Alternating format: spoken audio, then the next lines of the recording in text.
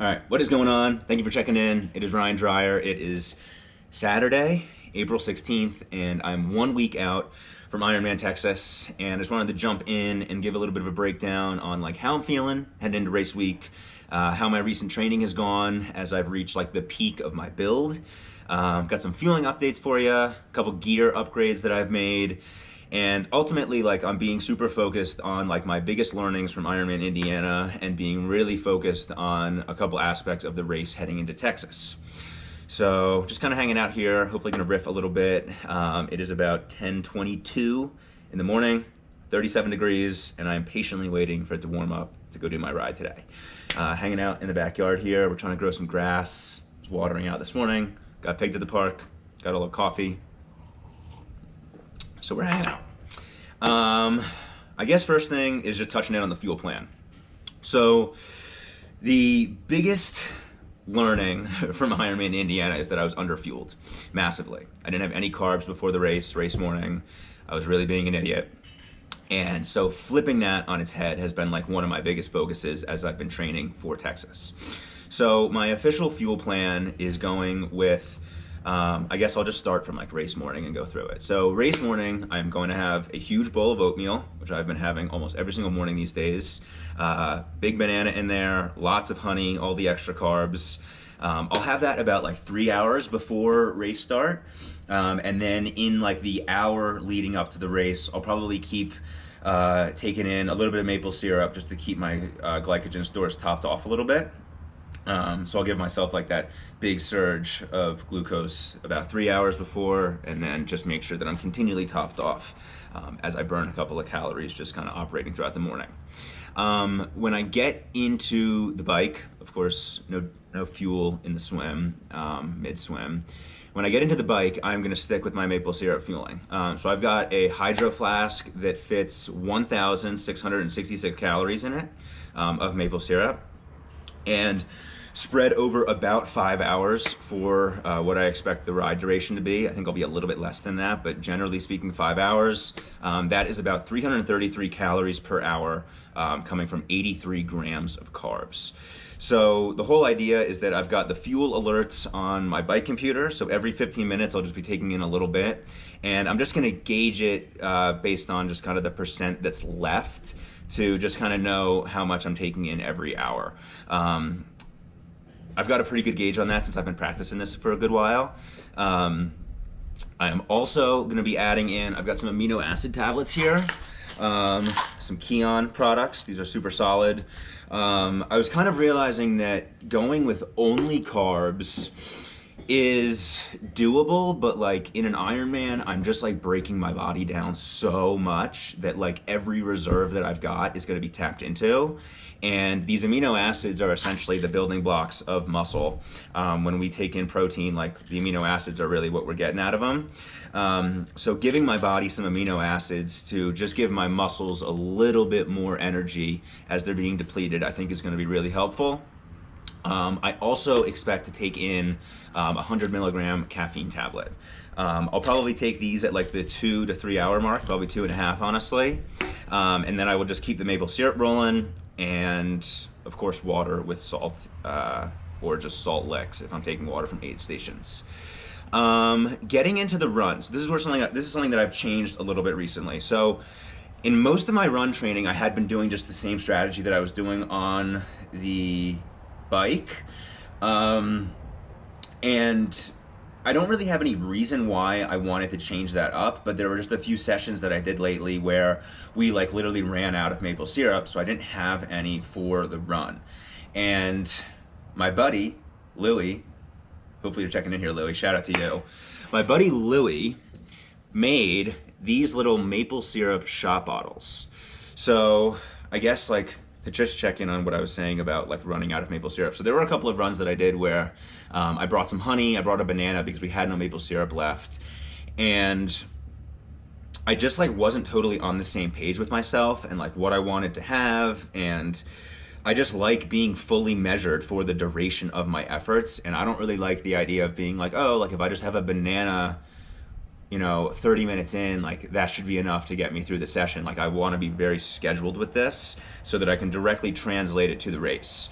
So my buddy Louie has known that I've been enjoying this maple syrup stuff, and so he put together these little maple syrup shots, which are 200 calories of maple syrup, and he boiled the maple syrup and added in, I believe, 50 milligrams of sea salt.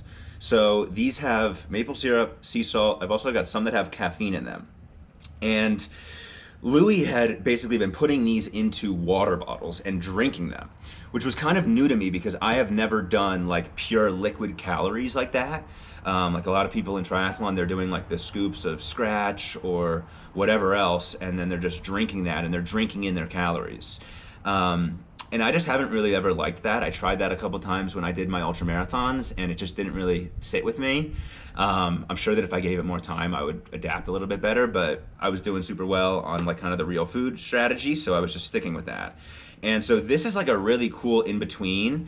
And when I finished that 5-hour ride, I don't even know if I mentioned this, but I had a 5-hour ride and a 90-minute run as my peak sessions this past Saturday. And when I finished the session, I was out of maple syrup again, which is just like poor planning, I guess. But I realized that I had a bunch of these that Louis had sent me. So I gave these a shot and they worked great, and so I'm gonna use them for the race. And the whole idea here is that you put this into a water bottle and you just sort of drink, and you're taking in hydration, you're getting calories, you're getting salt, and if you wanna be getting caffeine, you can do that as well. So that's like the strategy of what I'm gonna be doing for the run. 200 calories in here. I should probably have about one of these per hour. And I wanna do the marathon at under an 8:30 pace, which I think is 3:31. I'm forgetting the math off the top of my head. So having, almost 4 of these, I think should do the trick. I think that's like the breakdown on ultimately like my full fuel. I'll have a big bowl of oatmeal in the morning. I'll have some maple syrup heading into the race start. I'll have maple syrup on the bike. I'll have water with salt on the bike. I'm also gonna have a salt tube, just so that if I take in plain water from the aid stations, or when I do, I can just do a couple of salt licks. And then on the run, I'm gonna do a combination of this into the water bottles as well as just getting water from aid stations probably. Looping in the aminos.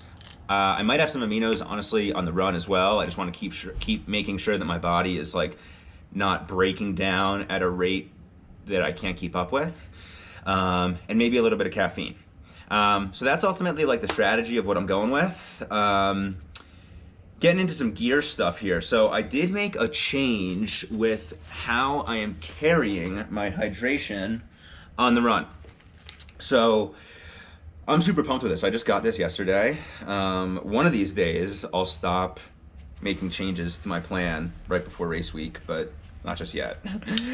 So I've got this super dope little hydration pack, waist belt, fanny pack type deal. And this is like an in-between of what I've been using up until this point. So for most of my training runs, I've been using a full trail running vest. And I really, really love it, but I don't really want to wear it for the race. It's just not really common for people to do that. The whole point of wearing the hydration pack is that I've got like a 32-ounce reservoir in the back. So like when I'm going out on like a big run, it's like if I'm not going to be able to get new water for a while, like I want to have that on me. But in the race, I'm going to have water every mile, essentially. So I'm not going to need to carry that much. The other option that I usually use is like a handheld water bottle. But I don't really, I'm kind of, as I'm training more, I'm enjoying carrying that water bottle as much. If it's a run that's like 40 to 50 minutes, maybe even an hour, I don't really mind it, but like going longer than that, like I just don't really like carrying something. So this is a great in-between. It's got 2 10-ounce bottles here, and it's got a nice little fanny pouch for whatever else I want to throw in here. So the way that I see this operating is that I'm basically going to take one of these guys, I'm going to throw it right in here. It'll be a little bit concentrated. The last time I tested this out, I used a bigger flask that was like 18 ounces. These are each 10.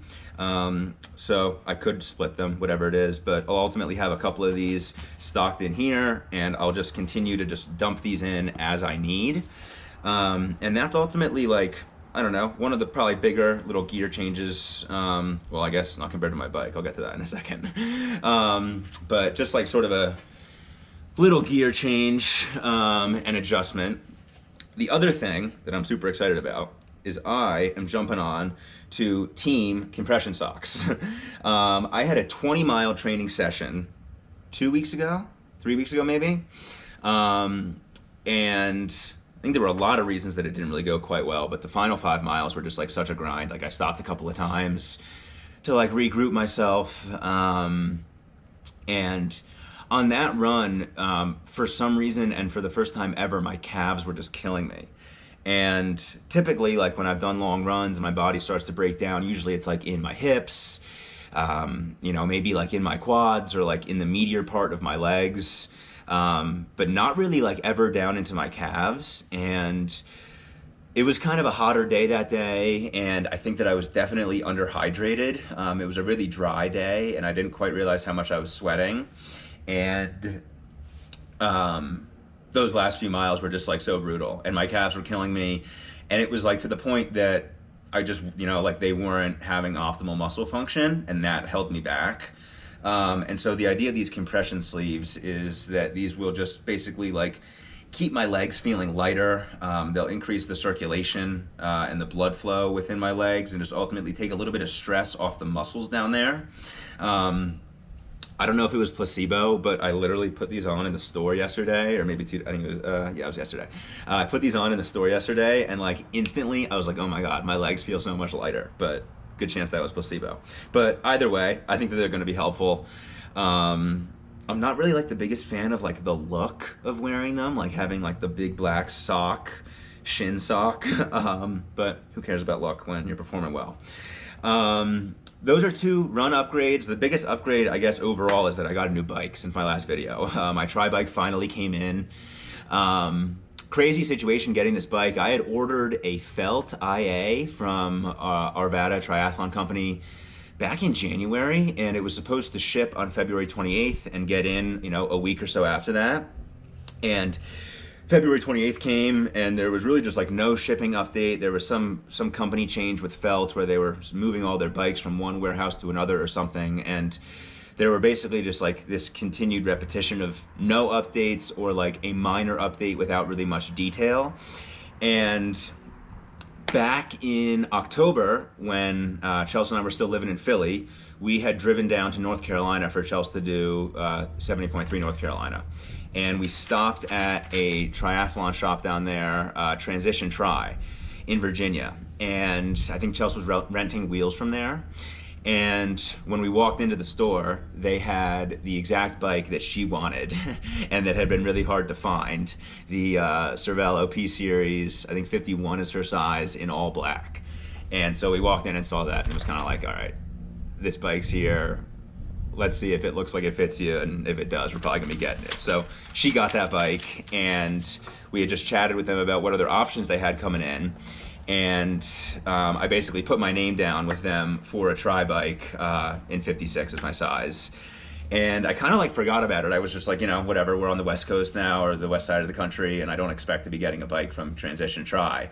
But as this bike situation with Arvada Tri was just not really showing much promise, they happened to give me a call, Transition Tri did, and they had a bike for me. Cervelo P Series in purple sunset in my size, and I was like, I'm taking it, I'm grabbing it. So they sent it to Arvada Tri. It was like a cross-country assist, and I got my new tri-bike about a week and a half ago, I guess. And it's just so dope. It is super, super smooth. It rides so well. I'm so fast on it. It is effortless. I've got a power meter on it. It's got backup water bottle cages behind the seat. Like, it's just really got the whole deal. So in terms of like my gear upgrades, I'm going into this race now on a tri-bike. When I remember back to Ironman Indiana, there was only one person on the bike that passed me that was not on a tri-bike. So I was passed frequently, but every time it was somebody on a tri-bike. There was only one guy that passed me on a roadie. So I'm excited to get the tri-bike. I'm excited to be able to crank and really just push my speed and just overall like have a much more mechanically sound bike setup. Okay, what do I want to get into next? I guess just like overall how I'm feeling. I'm super confident. Like, I think I'm really gonna crush this race. I'm trained to a level that like I have never been trained before. When I think back to like the Ironman Indiana ramp up, I wasn't able to have the full build because of the races before. And I was also just like new to it. So like, I guess I don't really know if like I wasn't able to have the full build. But like, I was just so singularly focused on like, I have to be able to do the distance. Like, I wanted to do well. I didn't quite do as well as I wanted to, but I still did very well. But my mindset was just all about like, I have to be able to complete the distance. And now, like, of course I've already done the distance, but like outside of that, like the training that I've done leading up to this has just like really given me validation that like, as long as I'm fueled well and as long as I know how to keep my pacing, I can do this and I can do this well. And there's really no reason why I should not succeed in this race to the level that I think that I can. And I guess like my biggest goals for it, of course, are qualifying for Kona. But that is like more of like just like an orbiting opportunity, I feel like. Kona slots are just dependent on how the rest of the race unfolds and how you do within your age group.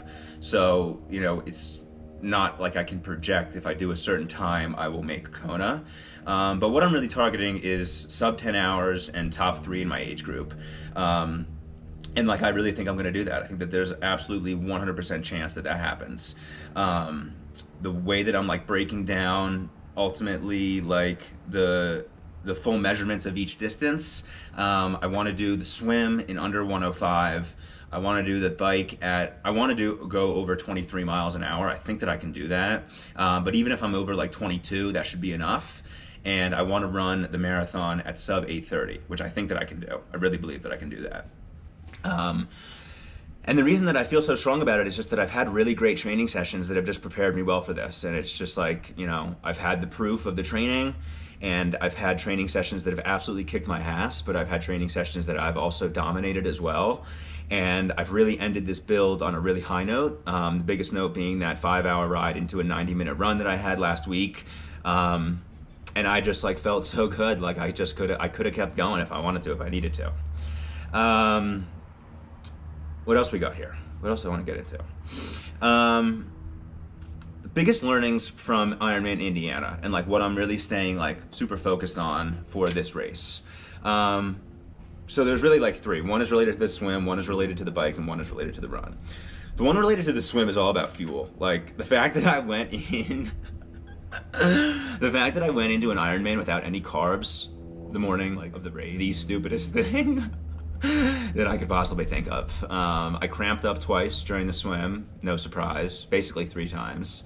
And so now this time it's like I'm gonna have a shit ton of carbs the morning before or the morning of, and even leading into the race. And so that should set me up for a much more successful swim. My focus on the bike, so now that I'm riding with power, I know that I can hang around 170 watts for a long time, really long time. So I'll basically be able to like make sure that I'm not like losing or wasting effort trying to push myself when I know that I don't need to. And that is a huge, like the whole concept of like burning matches. That's like a kind of a mental framework in triathlon. And it's basically just the idea that like your body has a defined number of matches that you can light and use. And once you use a match, you don't get it back. And being able to ride with power and being able to see when I'm riding at 170 watts is super helpful, because like when I'm either riding up hills or if I have like a really strong headwind, it might feel like I need to work a lot harder. Like if I'm just thinking about it and I'm just like in the moment and like pushing, and like if I've got a lot of wind coming in my face, I'm like, ah, fuck, I gotta grind through this. But when I've got my power data, it's like I just know that like I can chill a little bit and I can hang out around 170 watts, and I don't need to like force more effort and burn more matches. And I 100% think that in Ironman Indiana I burned matches, too many matches too early, and that's ultimately why like the back half of the marathon was such a grind for me. So that is big on the bike, but also like just staying mentally engaged and just like being very focused and being very decidedly positive with my thoughts. The final like 20 or 30 miles at Ironman Indiana was just like a grind for me. I just wanted to get off the bike. And I'm just making sure that that's not the situation for Texas. And I just know that that's just like, that's something that's within me. And I just need to be focused on that, and I can do that. Getting into the run. So like, this sounds so simple, but like, it's a marathon. Like, I need to pace myself. I was so excited to get off the bike at Indiana, and I ran like a sub-8 first mile for the run. And then I like blew up down the road. So it's just like being more in tune with my pacing and knowing that I can hang out in that 8:15 range, even if it's like 8 to 8:30, depending on maybe elevation or wind or whatever else. But I just have so many training sessions that I've done in that gap that I just know that that's where I feel good, and that's where I can hold on for a while. And really what I'm looking to do is hang out in that 8 to 8:30 range, and then for the final 4 or 5 miles, 3, 4, 5 miles, probably like really push really hard.